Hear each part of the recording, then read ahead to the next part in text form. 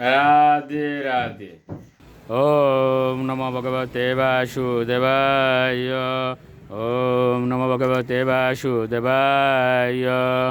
ওম নমো ভগবতে বাসুদেবায়। শ্রীমদ্ ভাগবত চতুর্থ স্কন্দ পুষণম দ্বাদশ অধ্যায়। ধ্রুব মহারাজের ভগবত ধামে গমন। শ্লোক 11। সর্বাত্মন চতয়ে অসর্বে তীব্রুগাম ভক্তিমুদহন দদর্শাত্মনিভূতেষু তমেবাবস্থিতম বিভুম। অনুবাদ: ধ্রুব মহারাজ ঐকান্তিক ভক্তি সহকারে সব কিছুর উৎস পরমেশ্বর ভগবানের সেবা করেছিলেন। ভগবত ভক্তি সম্পাদন করার সময় তিনি দেখেছিলেন যে সব কিছু কেবল তার মধ্যে অবস্থিত এবং তিনি সমস্ত জীবের অন্তরে বিরাজমান। ভগবানকে বলা হয় অচ্যুত, কারণ তিনি কখনো তার ভক্তকে রক্ষা করার পরম কর্তব্য থেকে বিচ্যুত হন না।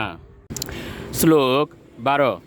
তমেবং শীল সম্পন্নম ব্রহ্মণ্যম দীনবৎসলম গুপ্তারম ধর্মসেতুনাম মেনিরে পিতরম প্রজা। অনুবাদ: ধ্রুব মহারাজ সমস্ত দিব্য গুণ সম্পন্ন ছিলেন।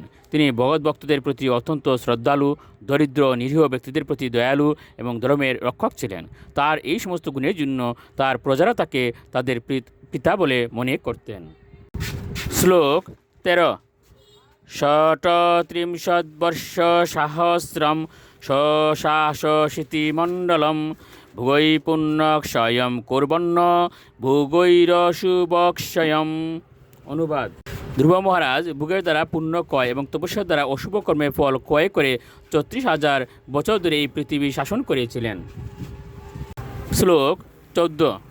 এবং বহু শবম কালম মহাত্মা বিচলেন্দ্রিয় ত্রিবর্গ উপৈকম নিত্যা পুত্রায়াদাত নিপাসনম। অনুবাদ: সংযত ইন্দ্রিয় মহাত্মা ধ্রুব মহারাজ এইভাবে ধর্ম, অর্থ এবং কামরূপ ত্রিবর্গ অনুকূলভাবে অনুষ্ঠানের দ্বারা বহুকাল অতিবাহিত করে অবশেষে তার রাজ সিংহাসনে বার তার পুত্রকে দিয়েছিলেন। শ্লোক 15। মন্যমান ইদম বিশ্বম মায়া রচিতম আত্মনি অবিদ্যারচিত স্বপ্ন গন্ধর্ব নগরূপমম।